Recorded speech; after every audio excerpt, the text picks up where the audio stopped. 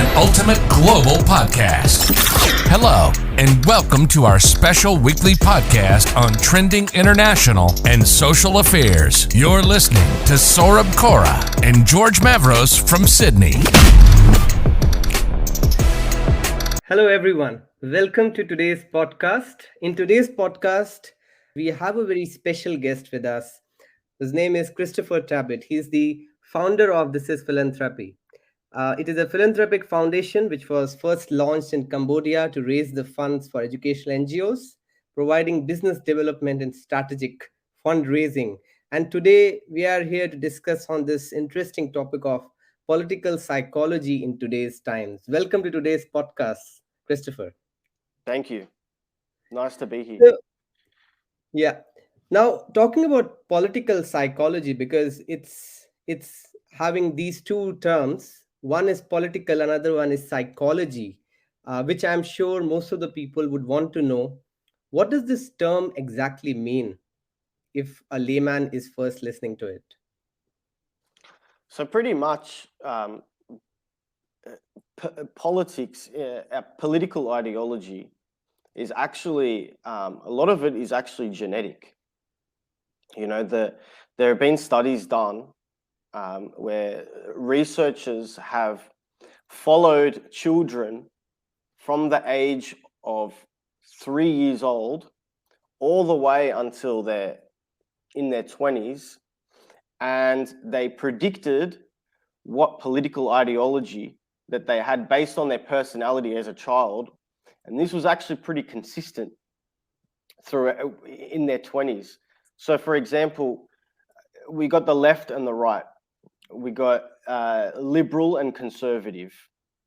And these researchers, they observed these children that were in preschool or whatever, these toddlers, and they found that the ones that were very outgoing and outspoken and they like to socialize a lot, they ended up being the more liberal kid, the more liberal kids, and they found in their 20s that these people were liberals, as opposed to the children who are a bit more reserved and a bit more, I guess you could say, respectful towards authority. They turned out to be the conservatives in their 20s. So all of this goes back to, and of course, with personality is approximately, from the studies that have been done, the research, a personality is approximately 40% genetic. And then environment and your culture plays a role in shaping your personality as well. So personality and political ideology, whether you're left or right, liberal or conservative, has a lot to do with your personality. And that's where politics and psychology intersect. Yeah, I think that's a very interesting kind of theory that you are pointing out. But don't you think this fact that when a child is growing, he's still pretty small, when he or she starts growing, there are some traits which are genetic, there are some traits which are attributed traits, which they might learn over a period of time. So when you say that it stays constant over a period of time, what do you mean by that? Because I somehow feel that it might change. You might be a different person when you are a child. Your way of thinking, your way of behaving towards others might be different if you are a 5-year-old as compared to when you are 25 years old. Yeah, so it does change, especially when you're in those early years. As a child, your brain is very plastic, more so than when you're an adult. You know, by the age of about 30 to 35, you start to really get set in your ways a little bit more. But in those formative years, you very, very plastic, and you're very you change a lot. What these researchers did was they observed the personality of the children, and they made a prediction as to what political orientation they would possess when they were in their 20s. And this was a really long study that was done, because they had to record these children and what they predicted these children would have, and then follow them up, chase them up like 2 decades later. And, it wasn't all completely 100% accurate, all their predictions. There was some variation. And of course, environment plays a huge role in that. So, growing up and experiencing a trauma, for example, during childhood, that changes a lot. So there were a few exceptions, but on average, their predictions were pretty spot on. And how do you link political psychology in current scenario? Because a lot of the people have now come up with these terminologies, as we all know, and you also pointed out, which are called left-wing people and right-wing people. But again, even after 2 or 3 years, you will see some of the left-wing people might not behave as a typical left-wing. They might not accept the ideology of a left-wing leader. They might want to switch towards the ideology of right-wing, but will not be open enough to say that they are right-wing. Or, it can be the opposite case, because I've met a lot of people who can be considered as silent voters in a democracy. They are generally not vocal, they are generally not open enough. But again, when you talk to them, you ask them a few questions, you try to dig the surface, you come to know what kind of ideology they hold. But is that the ideology that they generally hold in their life, or is it just for the political mindset that they have towards the politics that they are thinking? Well, I think for the most part, everyone's pretty central. You have your extremists on either side, but I think for the most part, most of us are pretty central in that we're going to agree with some of leftist ideologies and we're going to agree with some conservative ideologies. And I think we can sway from side to side, really depending on the situation at hand. And that's the important thing in democracies, that we have these polar opposites, because we're faced with different situations all the time. And sometimes a liberal approach to a situation is beneficial, and sometimes a more conservative approach is more beneficial. You mentioned that does political ideology kind of does it expand into our everyday life? I would say, given that personality is a very good predictor of political orientation, I think it does in some ways. For example, liberals are known to be really high in. I'm referring to the Big Five personality model now. Liberals tend to be really, really high in trait openness to experience and low in conscientiousness, whereas conservatives tend to be high in conscientiousness and lower in openness to experience. So given that personality is a really good predictor of political orientation, I would say you would see some of these things expand out into everyday life. For example, there are a lot of liberals in Silicon Valley. Why are there a lot of liberals in Silicon Valley? Well, liberals tend to be higher in openness. And openness is usually, if you're really open, you're an entrepreneurial or artistic type. And there are a lot of entrepreneurs in Silicon Valley. Mm-hmm. And so we see a lot of liberals in that area, because that region of the US is really entrepreneurial and really artistic. Mm-hmm. And so there you see this cluster of liberals. It's a really California in general is a blue state, but Silicon Valley is one example that I use, and that's just one example. Referring back to what you asked, does it expand out into our lives? That's an example of how it does. Yeah, I think this is an interesting discussion, Christopher, because now I can link back to some of the topics, which are trending in the world, and how people Mm, link those topics to you being a left wing or right wing. For example, take this issue of climate change, which has been ongoing for so long. Climate change came to the picture in 2015 when this Paris Agreement was signed between countries. And then we saw the US President Donald Trump, who came out of the Paris Agreement. And now again, Joe Biden signed the Paris Agreement. So I'm just talking with reference to United States, but it is for same, it is quite similar across the countries. Do you think climate change is again one issue which has been kind of linked with a left winged ideology and not something which an extreme right wing person or a politician would want to go with that? Because there has been this some sort of consistency that a lot of right wing politicians want to move towards, uh, want to still move with the traditional way of running the industries using fossil fuels, and they have not been that open to accepting climate change. Most of them have been rejecting it, and that's why, if even if you look at the measures that they have taken, they seem to have been delaying the fact that climate change is no longer real, right? And that's why in their political motives also they are saying that we might go we might go plastic free by 2035 or 2040. But on the other hand, the left wing politicians may want to act quicker than that, isn't it? mm. Yeah, I definitely see that. I think that's a very obvious thing.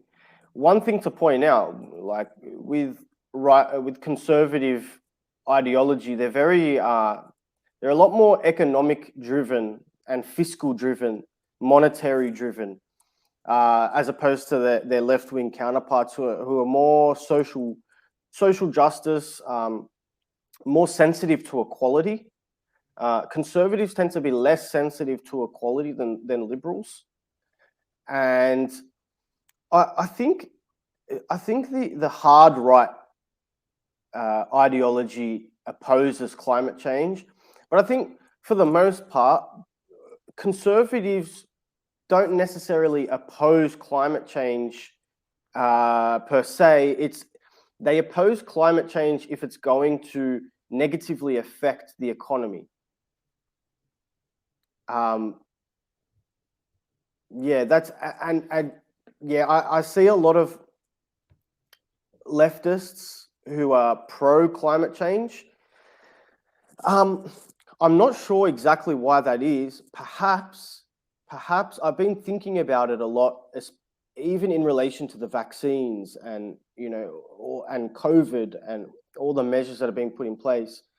Perhaps because academia, for example, is it's predominantly liberal academia, and so with climate change, you have a lot of the scientific research that's out, and academics they follow research, and most of them tend to be liberal. It's a very liberal university is a very liberal environment.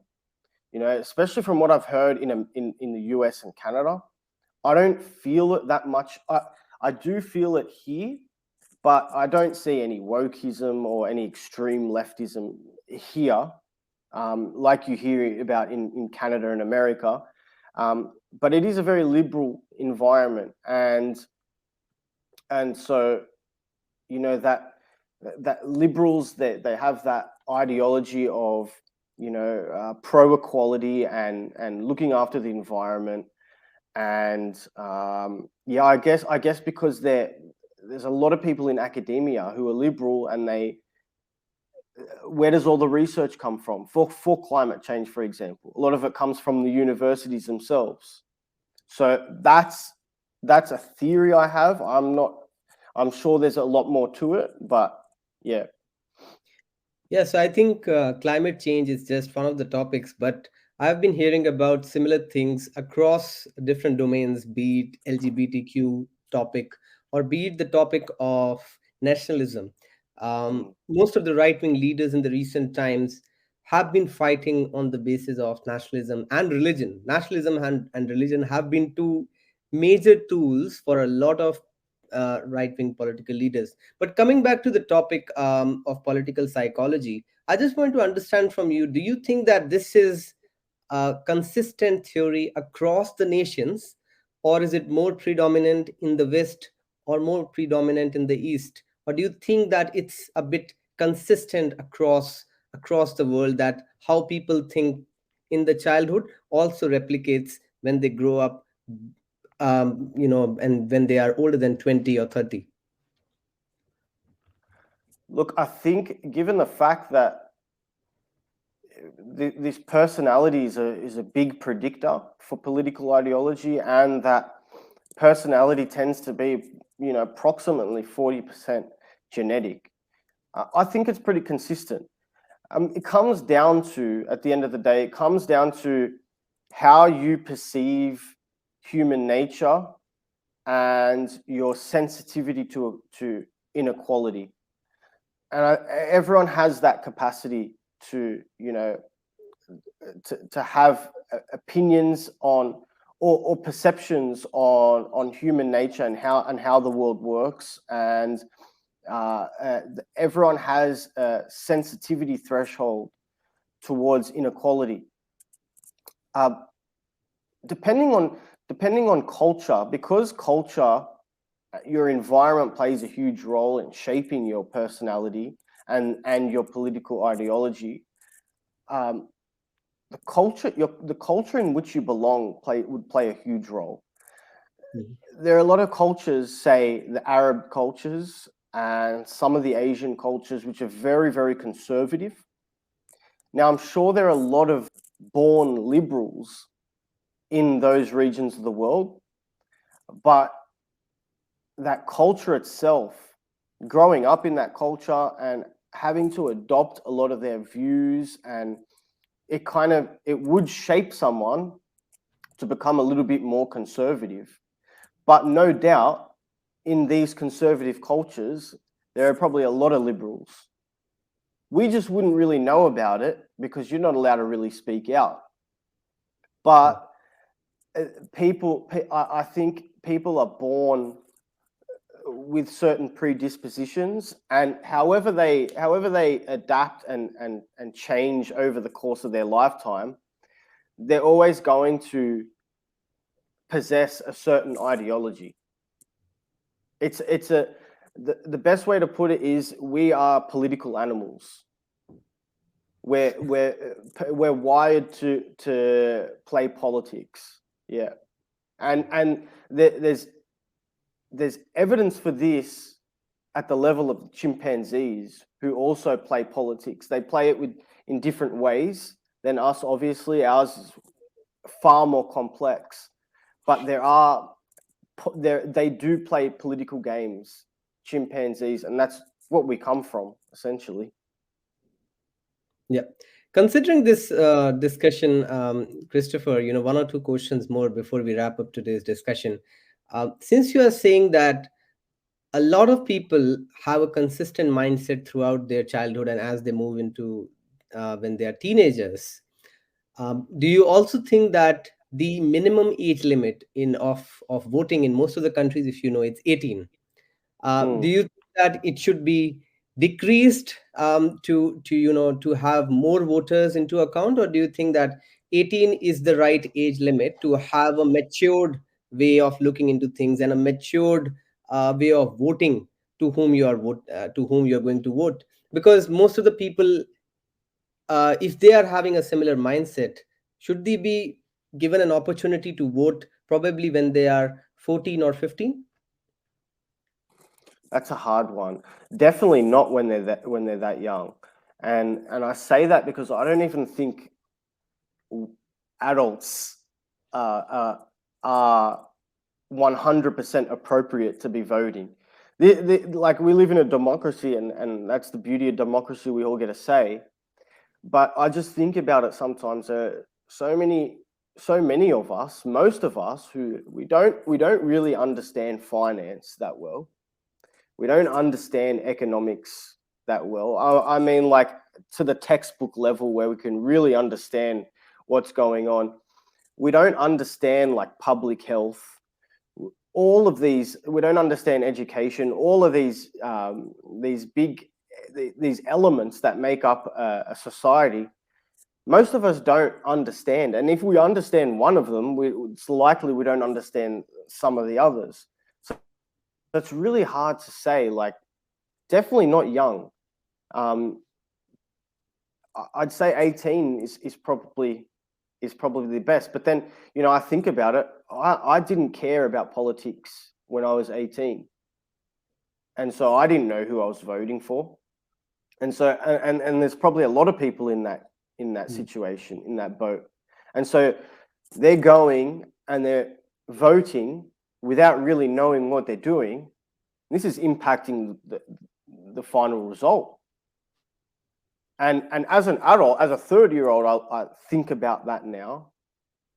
I'm more, I pay attention more to politics now because I know how much it affects me because I'm older and I'm an adult and I'm in the workforce and I'm studying so everything it impacts me now and I feel it. But when you're 18, it's less important. You pay less attention to it, and so you're going to the ballot to vote, not really knowing what you're doing, and this affects the results. And that's one flaw in our system, and I don't know how to get around that. Yeah, no, I was just raising that point because generally people who are in this age bracket are considered to be the future of any country. People who are 15, 16, 18, they are the ones who are going to who will be the future leaders in the next 10, 20, 30 years. So but obviously, you know, they don't have a maturity level, they don't have enough knowledge to take a decision. But a lot of youngsters these days are quite smart. If you talk to people who are in the high school or students who are in the high school, they're pretty smart in coming out with their opinions. They might not be knowledgeable, they might not have an expertise on anything, but they're very smart in sometimes answering what they think on a particular issue. Obviously, there can be people who don't know anything, but we have been seeing this across countries when you interview people who are in or students who are in high school at this moment. Any final comments from you, Christopher, on today's topic that we discussed and that the audience can probably take away with? Yeah, so I want to go through some of the in terms of liberalism and conservatism. I want to go through some of the results. I have some studies here. Liberalism, we as we discussed before, high in openness to experience, which is associated with an appreciation for aesthetics and abstract ideas. So people high in openness are flexible and open to change, which perhaps explains the progressive-like qualities in the liberal way of thinking. And another important something that's a very new emerging field is like personality neuroscience. And there was some interesting MRI study scans conducted, and they found that there are two parts of the brain, and depending on the size of this part of the brain determined political ideology. So, for example, the anterior cingulate cortex, this is found to be bigger in liberals.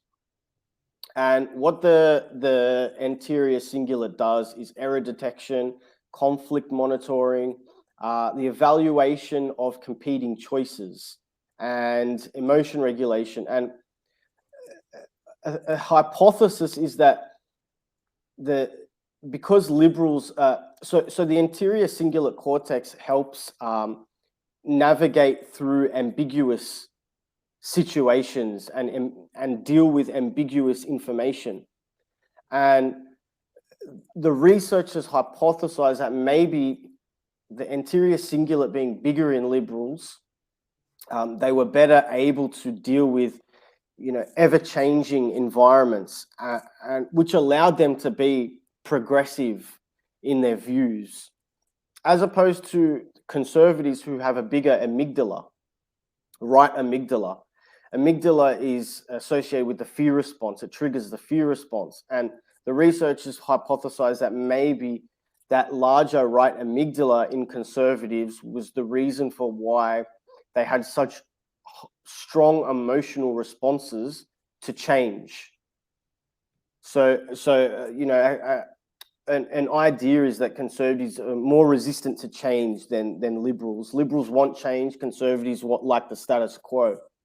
And the researchers hypothesize that these two brain regions could maybe explain why liberals are progressive seeking and they like ambiguous information and situations, progressive qualities of thinking, and conservatives being more traditional, status quo, resistant to change.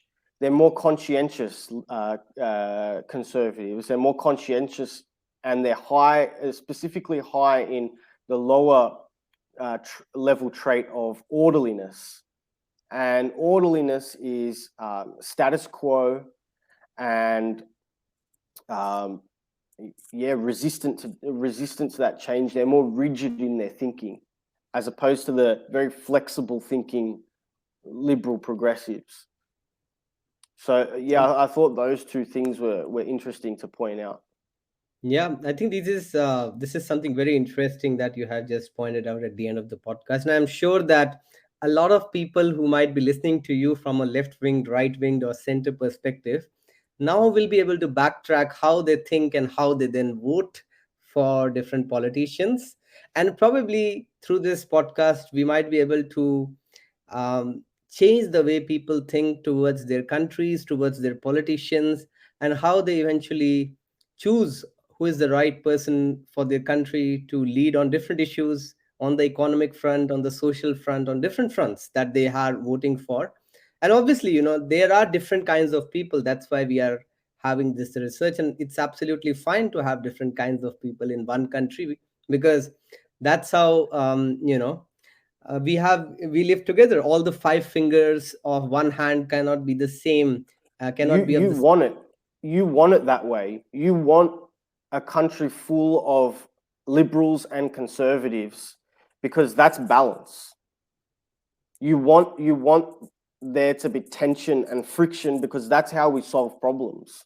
That's how we move forward when there's a healthy level of tension and friction between the right and the left. You want those 5 fingers, like you mentioned. Absolutely. And healthy competition, as you also said, that there can always be a difference in the way you and I think, or maybe a third person thinks. But obviously, there is nothing unhealthy going on at a personal front with people. And that's why we say that, you should always have a good sportsmanship when we talk with respect to games, that you might be competing with some other person on the field, but when you come out of the field, you are just a normal person at the end of the day. But thank you so much, Christopher. I think it was a really great chat, and I'm sure whosoever is going to listen to this podcast is going to get some really great insights. Thank you so much for your time, and I hope to see you again sometime on this podcast. Thanks for having me. It was a pleasure. This is an ultimate global podcast. Hello, and welcome to our special weekly podcast on trending international and social affairs. You're listening to Saurabh Kora and George Mavros from Sydney.